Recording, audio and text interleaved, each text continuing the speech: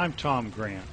Lawyers have been sending threatening letters and using scare tactics against media outlets for nearly 15 years now, and yet not one single lawsuit has ever been filed in regards to my disclosure of the details of the Cobain investigation.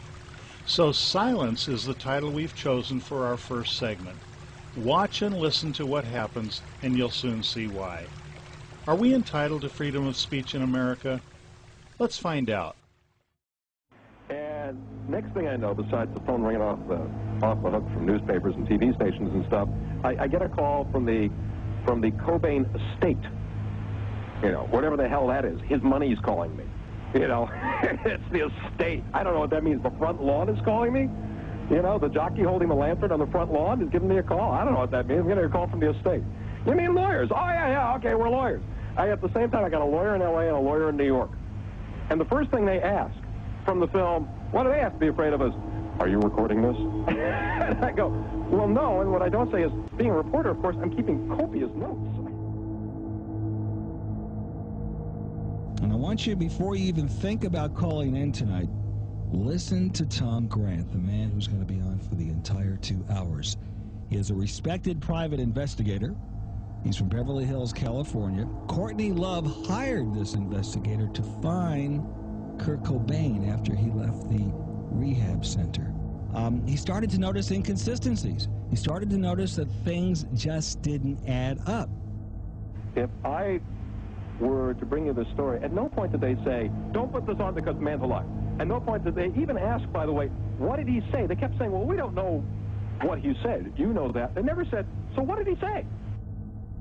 First, though, we do have to take care of some pressing business because we've had, I don't think I'm exaggerating if I say a lot of phone calls this morning that you're not exaggerating at all. A lot of phone calls this morning who are looking for some sort of follow-up on what we devoted the entire show to yesterday, which was a private investigator who was in talking about the death of Kurt Cobain.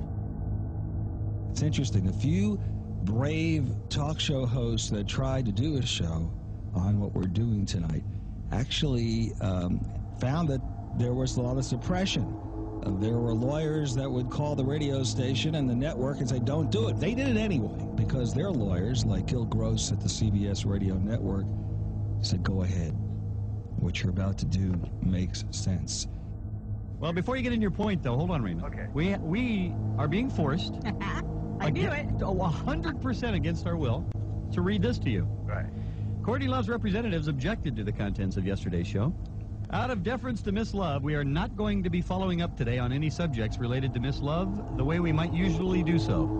We may have something further to say in the future. Thanks for listening and understanding. That's basically the sum of what we are being allowed to say on the air today. We're trying to prevent you from going on big radio shows to expose this. It's almost like some kind of a cover-up going on. And I know from some of my coworkers in the business, they've had lawyers try to prevent you from doing the show.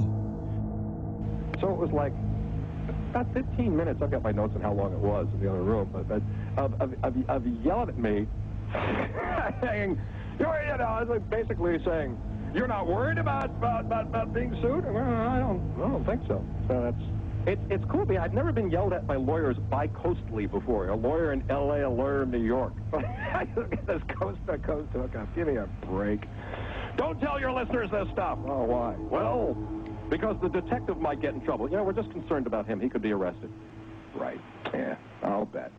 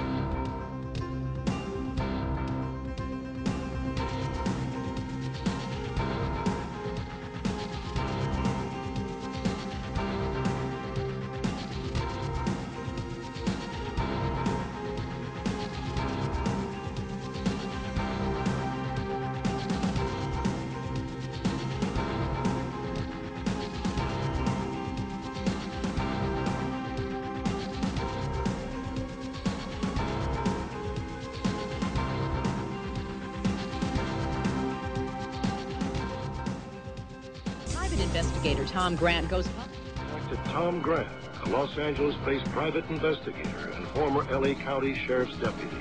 Returning to our story, when Kurt Cobain disappeared from a drug rehab center, his wife, Courtney Love, hired retired detective Tom Grant to find him.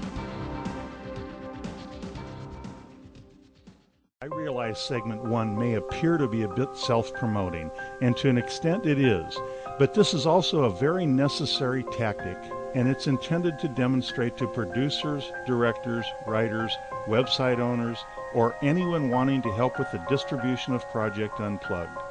Ignoring lawsuit threats for nearly 15 years, I've simply told the truth in hundreds of public forums. Segment 1 should prove that you have nothing to fear from hot-aired attorneys hired to scare you away from allowing us to reveal the real facts about the Cobain case. If all goes according to plan, Project Unplugged will be released one segment at a time, each 10 minutes in length. The completed documentary will be over 1 hour and 20 minutes long. There are several reasons for our slow release strategy. Eventually, we'll reach millions of Kurt Cobain and Nirvana fans around the world. Fans who were never exposed to the true facts and details surrounding Kurt Cobain's death. Here are just some of the items of interest to be included in the segments to follow.